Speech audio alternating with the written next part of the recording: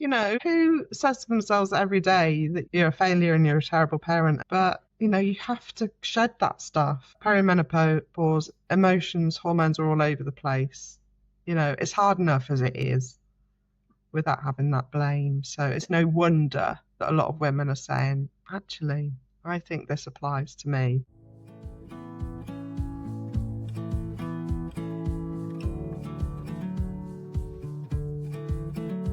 Welcome to the Choice Space podcast. I'm Dr. Lee David, a GP, CBT therapist and author, and today we're talking about finding choice through the perimenopause and ADHD. We know that the perimenopause can be a hugely demanding time of life. Hormonal changes can bring hot flushes, disrupted sleep and mood swings, while many women are also carrying heavy responsibilities. They're leading teams at work, supporting teenagers, caring for aging parents, and juggling many other complex family needs.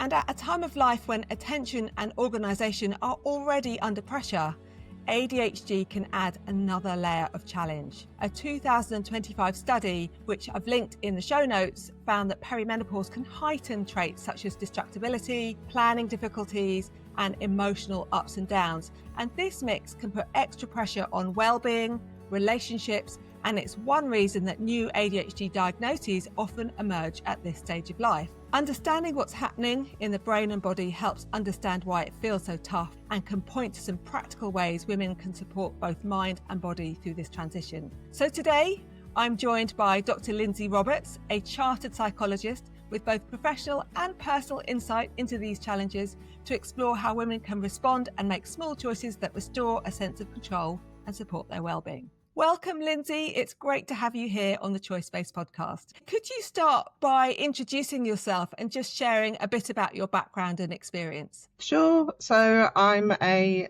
chartered psychologist. I've got 30 years experience, whether it's working in the health service, in clinical trials, universities, charities. I have ADHD myself. I was diagnosed 2 years ago. It was a little bit of a shock because I didn't think I really matched the criteria. But as you talked about, my hormones changed. And I think for a lot of women, the wheels sort of started to fall off. And I couldn't really do the things that I was doing before. And I was like, what is happening here? Let's think about what happened for you personally. Can you share a little bit about what happened that made you more aware that ADHD might be playing a role? So, we're already facing challenges in the perimenopause on its own. Yeah. What made you then become aware that there was more at play here? I think the number one thing is burnout. A couple of years ago, I was sort of experiencing burnout every year. And I was trying to change my role to something that kind of fit and worked, but still experiencing it anyway. And it got to the point where I probably was waking up 2-3 times a night, had restless legs. I was probably sleeping about 10 hours an evening, which other people commented on and thought I was being lazy. But I wanted to be up and taking my kids to school. But by the time I got to sleep at around 4 a.m, I felt a bit comatose and I just wasn't able to do it. And I had an overwhelming sense of guilt and shame about that because I just wanted to be a good mum and take my kids to school. And it was becoming harder and harder to do the basic things. And I was starting to feel as well that I wasn't doing my job as well as I could do. And that's what led to me inquiring about a diagnosis to see if something else was going on that I was struggling to control. It sounds incredibly difficult. It sounds like a really challenging period of life. Were you also having menopausal symptoms at the same time? Yeah. And it was really hard to differentiate. I'm really inquisitive from a health perspective. So I was just like, maybe it's this, maybe it's that. And I kind of thought, I'm too young to be in perimenopause. And I didn't know enough about it. But when I started getting the night sweats, I was like, yeah, I think there's something in this. 2 days of the month, I would turn into a dragon lady. And I literally felt like this fire in my belly was like erupting. And if someone shut the school gates in front of us and wouldn't allow us to, to drop the kid off, and it meant I had to walk 20 minutes round the other way, I would explode and say, this is ridiculous. What are you doing? Why do you have to be so institutionalized? Flames coming out of your ears at the time. I'm just picturing that, Lindsey. I was starting to, be overwhelmed with fire, which wasn't my usual, So it sounds like there's some long-standing challenges which became heightened, and then there's also newer symptoms which were about the fieriness and strong emotions and kind of easily triggered. Does that feel like that was happening? Yeah, totally. I would say that I experienced a level of sort of depression and anxiety probably from when I was about sort of 12, but I just thought, oh, you're being a teenager, this is what happens. I had emotional dysregulation, but I thought that everyone else experienced it. So, I found ways to sort of keep a lid on it. And then when perimenopause kicks in, it is literally like lighting a fire. And also you get in your 40s, it's just like, I don't actually care so much what people think. So I did start to lose it at the school gates. So tell me about how ADHD lands for you. What are the things, if you look back and then you look in the present, women and girls are very good at masking. So we keep a lot inside. There's a lot of internalized processing going on, which can be really exhausting, and that can contribute to the burnout that you've mentioned. What were you aware of internally that might have contributed to developing burnout as an experience? I mean, it's hard because I think I am exceptional at masking and hiding big emotions, because I just thought that everyone experienced it. So I was doing my socially acceptable thing and blending in, and looking back in school, I was bored to tears, and it literally felt like boredom might be the death of me unless it was something that I loved. But I just thought it was normal. And I wasn't diagnosed until 42, so that's how long I masked for. So the brain fog, I mean, if I was in a maths lesson in school, I would literally be bored to tears. Like, it would, to my bones, I would be bored because there was no stimulation in it for me and a lot of fear. But I think the thing that ramped up in my 40s was the procrastination and the sort of the inability to get going. And now I know that that's because I didn't have enough stimulation in my brain to sit down and do interesting tasks, and I needed that stimulation. And now, I do take medication and it's incredible. And I think the brain fog probably ramps up my inattentive side. So I have 2 sets of keys. I have 2 wallets.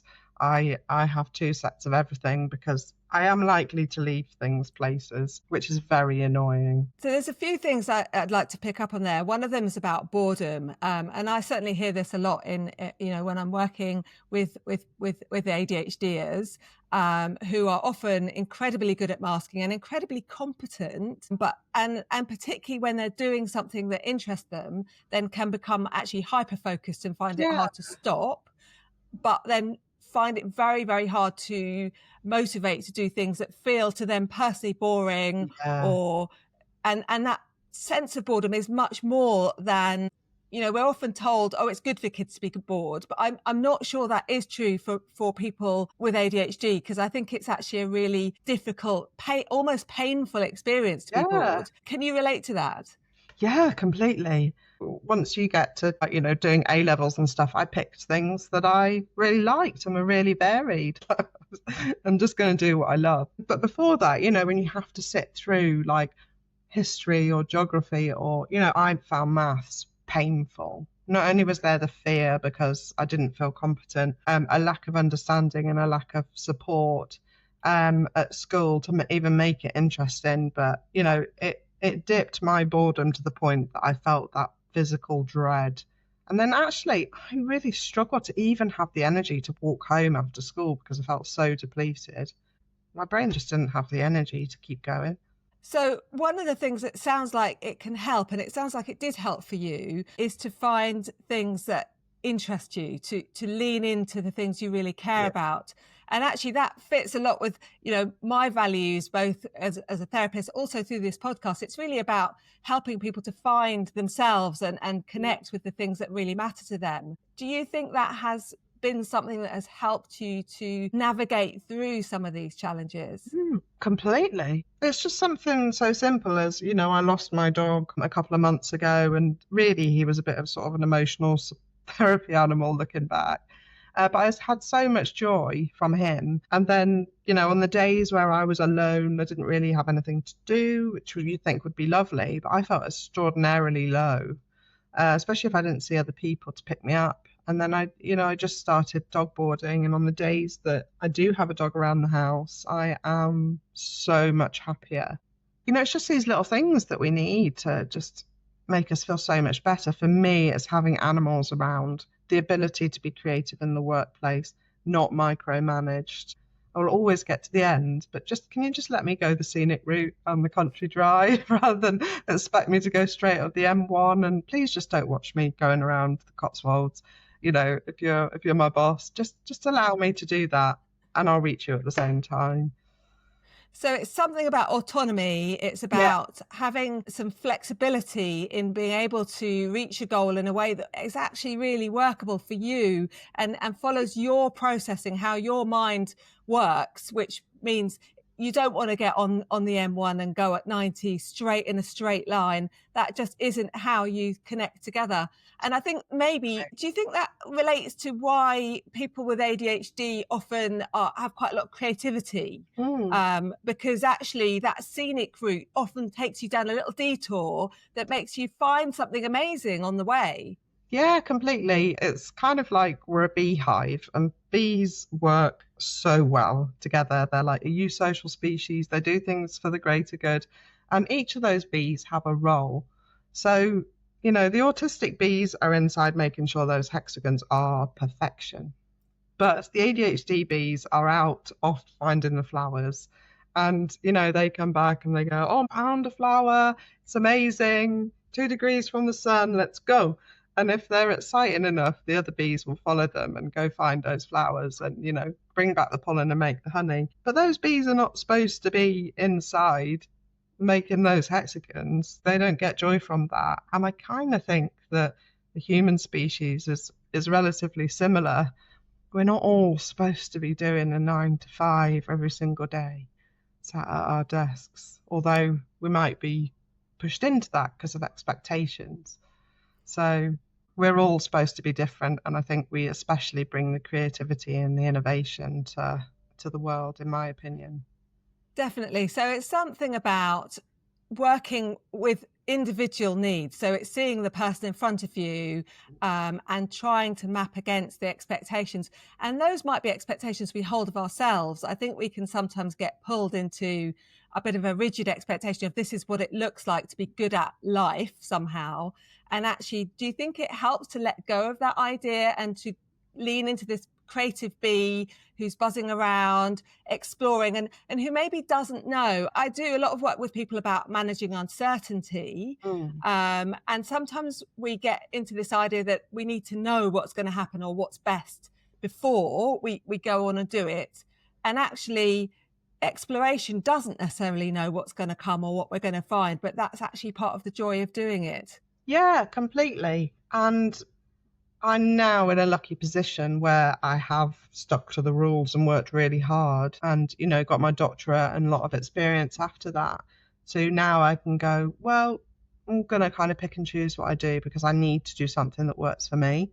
But a lot of people just don't have that because there is expectation that you should be at your desk at 9 and finish at 5. And the reality is I might not have slept till 4 a.m. that day. And if my employer doesn't understand what's going on for me, I might miss really important meetings because I just haven't slept. And that mirrors some of the work around workplace support that actually is also being recommended for menopausal women. It's really an increased focus in recent years about that recognition that different individuals will have very different needs. And if people are being very much kept awake, for example, their sleep's being affected, or perhaps they're having hot flushes on the train on the way into work, then there needs to be some kind of flexibility to enable maybe flexible working hours and being able to work at times of day that suit them, being in a cool workspace. And again, these ideas very much work alongside how we might support neurodivergent people in the workplace, where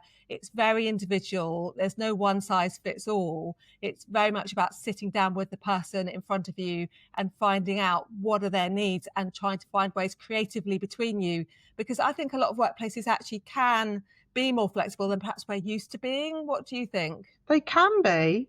It all depends on like trust. I mean, my optimum would be to start work at 11 and work till 8.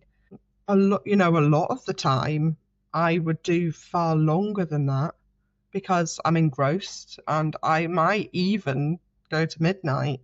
But that's not appreciated unless you're seen to be at your desk for 9 a.m. the next day. And as I've gone on, I've become more, vocal, and I've become an advocate for people like myself to say, hang on a minute, we're not all morning people. A lot of us are night people, and that's beneficial from an evolutionary perspective. But still, people will say, no, sorry, we can't do that.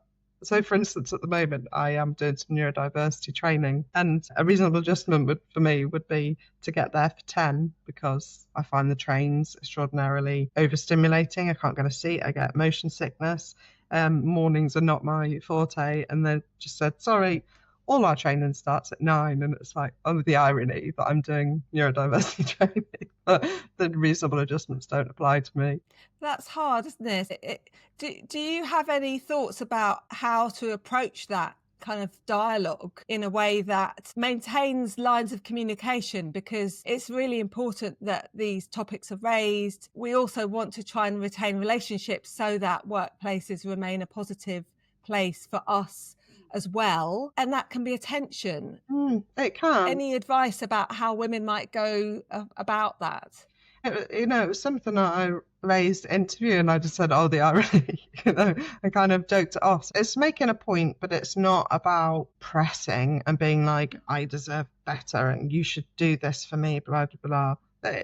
Yeah, of course they've got to start at 9 because you've got to be finished by 5. That's how the world works. I totally understand that. So I have to make adjustments, and, if I want that work, I have to show up.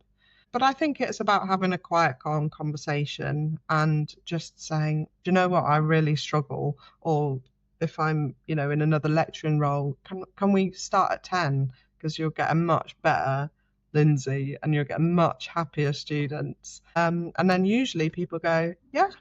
So it sounds like there's something about thinking about how important is this for me to do, number one, and if there are really sort of stringent reasons why the timing has to be 9, for example, am I willing to do it? And so it's keeping the choice, coming back to the idea about choice. It's not feeling I have to do it, but okay, I choose to engage with this because it matters to me, and the timing, for whatever reason, can't really be shifted. But also focusing on, well, actually, not every type of task in my day has got that same time pressure. So it's trying not to get too rigid about, well, we always start at 9, so every day we'll start at 9, as much as, well, okay, a training day might start at 9, but lots of other things, meetings can start at 10:30, give me a chance to get in, have a coffee, settle down, and actually my brain will be firing. And that feels more flexible, but also hopefully more positive. And I think a lot of people are actually moving with ADHD and moving more towards portfolio career.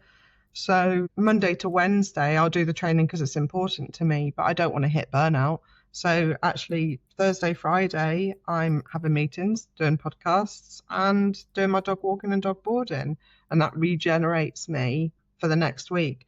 But, not everyone has the choice. It might be their role to be on a till in Sainsbury's at 9, and they might just have to do that, but they might need medication to support them to carry on doing that. It's about sustainability, really. If we're thinking about that intersection between both perimenopause and ADHD, I would often talk about a 2-tracks approach. I think there's some evidence that neurodivergent people or women actually get less effective menopause care. What's really important is to think about both sides of the coin. Really good quality menopause support, and maybe that would involve a whole range of things from HRT to lifestyle changes. There's CBT for menopause. There's lots of things that can be really effective for that. And alongside that, there's really effective treatment of ADHD for that individual, and which may involve medication, may have some crossover with the lifestyle changes. And making sure that both pieces are in place as separate but interconnected parts of life. It's incredibly multifaceted. And I'm really informed, really articulate and really inquisitive. But when you go to talk to your GP, you know, only have about 5 minutes to get to the point, and you only have like one thing because there's like 100 people behind you. My GP is really stretched and really busy and probably going through the same things that I am as well. It's give and take, isn't it?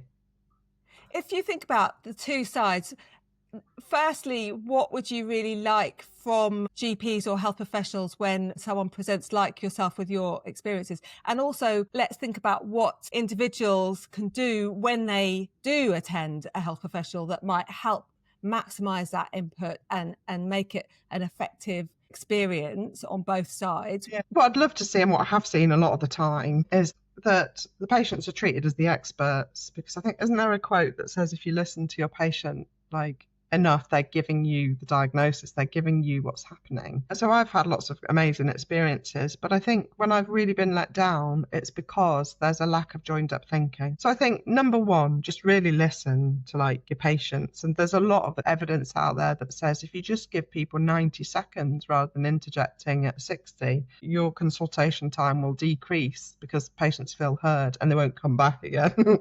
But not everyone's that articulate when they come into the GP practice, and they normally mention mental health when they're halfway out the door. So I empathise from both sides, really. It can be really challenging, especially when someone like me rocks up with like, you know, 6 different conditions to go, well, what is this? Why are you feeling like exceptional fatigue? What's happening? But weirdly, a lot of the pain decreased when the ADHD medication started. So my brain really was recharged. And I think it's really hard been able to solve everyone's problems as a healthcare professional, because sometimes you just can't. What we're aiming for is something that's workable for the person, but recognising that it's a really complex problem that may not have a really simple, straightforward solution. And in some ways, trying to think there is one undermines the significance of what it is that someone's bringing in, which can be describing like a lifelong experience. It sounds like there's a part of you that gets very hyper-focused, Lindsey, and loves kind of doing things that part is really interested in and gets very invested in. And you described earlier that you can work until midnight at times. Do you think that part sometimes needs to be boundaried because that part can push you a bit too far, and that actually that might contribute to the burnout risk because that part gets so excited that it's hard to stop? Yeah, it's like boom and bust, really. I was doing the ethics applications with another member of staff. I was like, right, let's go. We can do this. Let's do it. We've got till tomorrow, Friday. Let's roll. And they were just like, you know, been exhausted at like 4:30 on a Thursday afternoon at the prospect of, you know, 1 million forms. And give me a grant deadline and I will do it all in for about a week and then go sliding in at the last minute when things need sign off. And other staff members around me were freaking out. But I started to realise that wasn't really very effective for team working, and it wasn't great for me either. And you have to pace yourself. You know, when I get a new hobby or a new craft or something, like I tried pottery on the wheel a few weeks ago at a festival, and I finished mine first. Very happy with it. I could have done 3 more because I was in the zone. But because I know that it takes a while to get to that point of hyperfocus, and when you're in that zone, it's like, well, I've got to milk this because I'm likely to have 2 days on the sofa ahead of me because I'm exhausted. So it's managing it. It's just hard.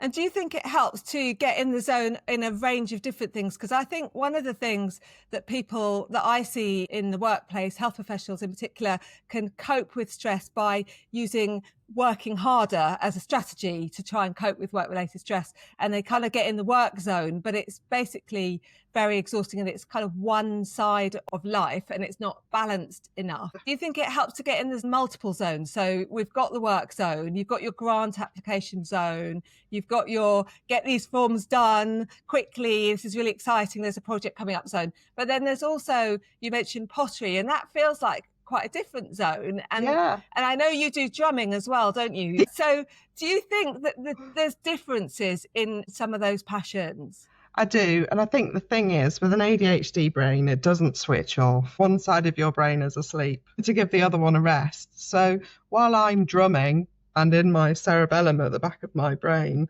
I'm giving my prefrontal cortex a massive break, which is a break from emotional dysregulation. And, I come out of drumming feeling really zen and chilled. And then on the days that I'm really anxious, it actually might be a really good idea to pick up the PlayStation and play Lego Harry Potter, because it's like a fidget toy.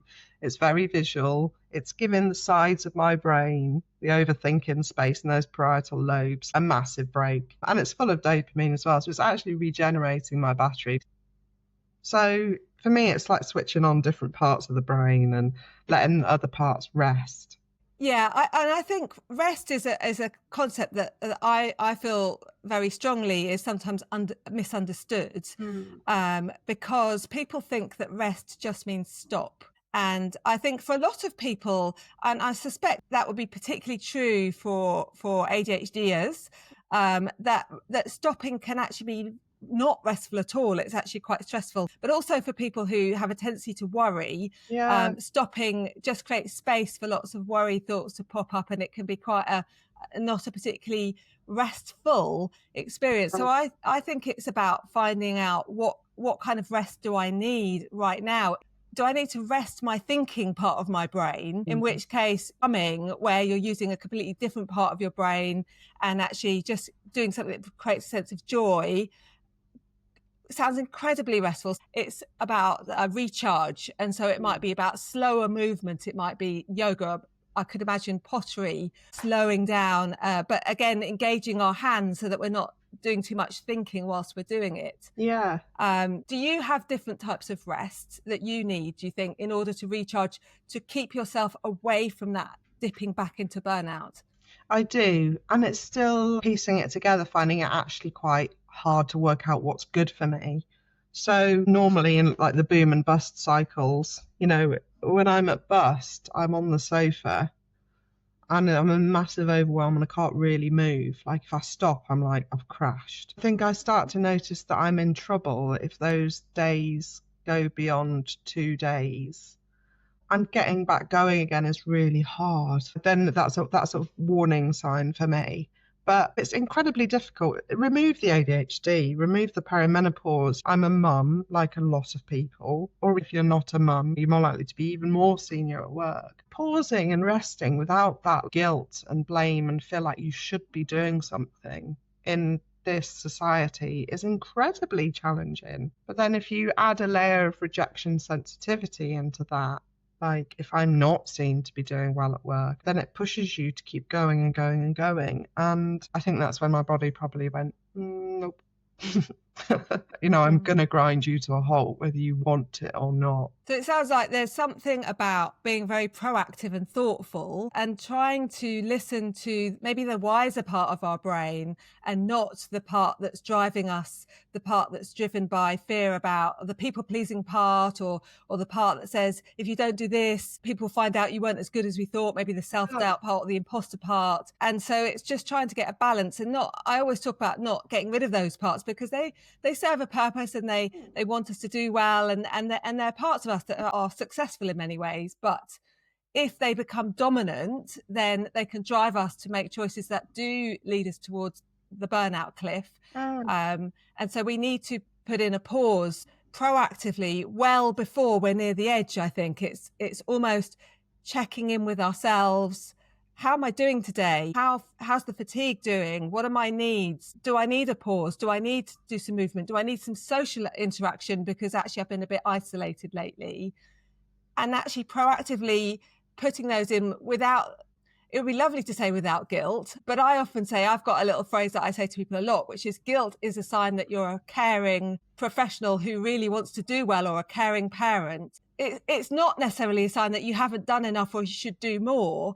And so sometimes it's about recognizing that guilt means I care, but it doesn't mean I need to change, or it doesn't mean I should work harder. What it means is I just need to be kinder to myself and maybe just let go a little bit and go forwards, even with a bit of guilt, but do things that are good for me in the longer term. How would you balance that? It's really hard. And I don't like being told what to do. It kind of comes with the territory. And sometimes, it has to be imposed by myself telling me no. But sometimes it has to be, my husband saying no, but he won't say no. He'll say, you aware there's been quite a few more Amazon packages arriving? And are you aware you're booking in quite a lot of social events? And normally that's because you're trying to avoid something or cope with something, rather than saying, I think you should slow down, Linz, which would be like, I don't think so. And I would double down and book in more. In an ideal world, if I was more structured, I would go, well, this is my timetable every day and I'm sticking to it. And this is my dietary requirements and that's what I'm going to do. But I find that ADHDers like me get to a point where we kick against structure. And then it's like, I can't do it because sticking to a structure is exhausting me. But then you need that structure to return to normality. It's a constant push and pull. Implement boundaries, but you walk over them. It's a challenge. So it sounds a bit like there's some need about supportive routine that helps to get certain things done and to have some habit and so that we're not actively having to choose everything, which can be really tiring. But we need to be able to flex that routine and not get rigid about it, which becomes a demand. Adapt it to our circumstance. So if we are really extra tired or we've got more symptoms or things are challenging, their stresses at home, then we might need to flex our routine and make it a bit gentler and kinder. And at other times we ramp it up and sort of get in the zone and do lots of stuff. Do you think flexibility makes a difference? Yeah, I mean, I think people like me adore flexibility and creativity, but move all the boundaries, that tends to result in chaos. And it's not that I don't know. I know how to eat healthily, what's really good self-care, what works. But trying to adhere it to myself without medication, it's like a yo-yo as much as I try. And then when I struggle, that's when the guilt and the blame comes along. And stuff like with perimenopause, I got weight around my stomach and I'm like, oh, I don't really like that. But I couldn't stick to a diet longer than 2 weeks. It felt like really imposed, almost like a bit of a sort of prison, trying to maintain these same things every day. I found it exhausting. How do you approach that, Lindsey, in terms of nutrition and trying to shift towards healthy approach to living rather than a rigid diet? How do you navigate that? I try to take the thinking and the planning and the preparation away from my brain. So we've had HelloFresh for quite a while. I don't have to think about it. It rocks up. I pay for it. I forget to pre-order the things that I like because I've forgotten about it. But it's always sent. So we always have healthy foods in the house. And then the biggest thing actually for me with ADHD is fatigue. So if I've given my all at work that day and, I've done the school run too and I'm on the sofa and I'm in crash mode, I can't actually do any more. And I think you just have to be compassionate to yourself on those days when you've got nothing left and go, do you know what? Just got to be mindful of it and forgiving, I think. So awareness, kindness, and making life just a bit easier. And that's very personal. So for you, it's having food to be sent that you don't have to make a whole lot of thought about what are we going to have for dinner tonight. Yeah. And that planning adds a layer of preparation, cognitive preparation that can actually be more tiring than the cooking itself.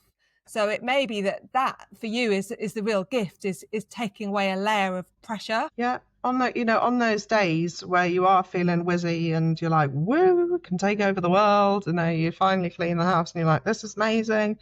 It's put an online shopping list together in Asda that if it was rolled every single week, you'd be fine. You've got mince, you've got pasta, you've got the snacks for school. Because on those weeks where your brain's exhausted, you don't have the capacity to think about what's for dinner tonight, and it's usually going to result in poor choices. Lean into anything that makes your life a little bit easier and alerts all over the place. I 100% hear that. So lean into what's easier and also prepare for, even if you're having a great week where you're buzzing and everything's going well, sometimes there's a risk that we think, oh, this is great, I'm fine. And we assume that it's going to roll on week. And actually, the reality is that probably isn't going to be the case. We're going to have another week where we have a down, something will be harder. And so we might need to prepare for that as well. Yeah, and that requires a planning and executive functioning, doesn't it?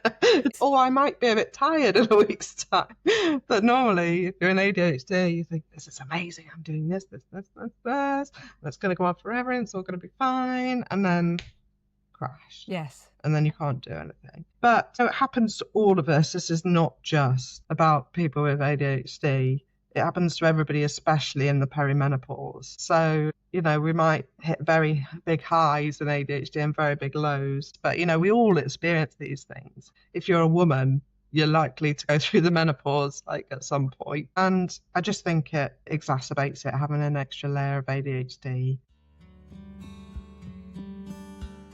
Today, we're introducing a new segment in the show, the Choice Pause, a short 2 to 3 minute tool you'll hear in every episode, each time with something different to help you pause, notice, and choose your next step. Today's tool is Notice the Now, a simple 3-step way to steady attention and refocus when your thoughts feel scattered, pressured, or slow. Begin with a breath in, and then a long, slow exhale. Let your shoulders soften and feel the ground beneath your feet. N is for notice and name what's happening inside. You might say to yourself, I'm feeling stressed. My mind feels muddled or blank.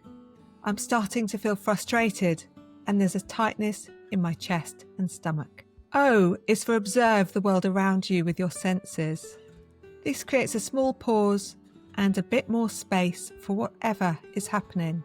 What colours can you see? Maybe a red cup or light on the wall. What can you hear? Is there distant traffic or the hum of your computer? What can you touch or feel? Press your toes into the ground or stretch your arms and shoulders in a way that feels good for you. And then breathe out with a slow sigh, allowing your mind and body to settle. And W is for wise mind and what matters right now. Ask yourself, what's most important for me to focus on next? It might be making a phone call, talking with a partner or child and really listening, or planning a few minutes to recharge. A short walk, a drink, a gentle stretch. And whatever you choose, go on to do that with as much attention as you can. Now take one more slow breath and let it go. This is Notice the Now, a brief tool to calm mental clutter, bring clarity, and help you move towards what matters. When things have gone off the rails a bit, where I'm struggling with maybe being distracted, I'm struggling with procrastination, do you think that negative self-talk can pop up quite easily? And I think that could be true whether we're thinking about ADHD, perimenopause, the crossover between the two. I suspect that that is a common experience for lots of different women in that period. Do you think that how we think in those moments, whether we catastrophize, get really worked up or self-blamey, does that make a difference to how we respond? Completely. Pre-diagnosis, it was, you're lazy, Lindsay. You're a bad parent because you can't take your kids to school. You've forgotten that there's a dance thing and you've forgotten to pack the kids' things in and they didn't have a snack. That diagnosis come through that says, you're inattentive, this is who you are. Here's some access to some medication that improves all of these things. And you go, okay, that's why I did that back then. That's why I did that. And there's a grieving period that comes with that. But afterwards, there's a lot of self-acceptance and colour, and you just think, oh, I can let the mask go now, and I'm just going to be colourful, drumming me. But before that, who says to themselves every day that you're a failure and you're a terrible parent? But, you have to shed that stuff. But perimenopause, emotions, hormones are all over the place. It's hard enough as it is without having that blame. So it's no wonder that a lot of women are saying, actually, I think this applies to me. Yeah, definitely. And I think this can apply to everybody in a way, because we all have stuff that we do that we've probably labelled ourselves negatively about. Yeah. I like the idea about neutral acceptance, which is, this is just me. I don't have to be like, I'm amazing, but it's also, but this is me. I am forgetful, or I don't always pack the PE kit, but I'm also creative and I've got loads of great qualities and I'm enthusiastic and I'm really caring. And so we make room for being this whole person who's got lots of different facets, and we don't have to convince ourselves that we're okay. It's very much just about accepting all parts of ourselves and embracing that person. I still hold myself to account and I'm still responsible, but I don't have that layer of horrible, the dark side. I don't go there quite so much. And I think people with ADHD tend to be really hard on themselves. So can you give just a couple of tips about how to move away from that self-blaming or the self-critical voice and to be more accepting? How can people practically start to embrace that? I think when you realise that there is a reason why you are who you are and you take that on board, and that then leads to solidarity with oneself, you just have to roll that you're on this train now. And I think diagnosis really helps with a lot of the negative stuff, and that unmasking really helps too. I just wonder if a way to find ourselves is through the things that we really enjoy. So that's true for everybody, but it's especially true for people with ADHD. So we have to have these other things that bring us joy. Otherwise, we're not going to be able to do the things that we need to do on a daily basis. So for me, it's painting is very therapeutic.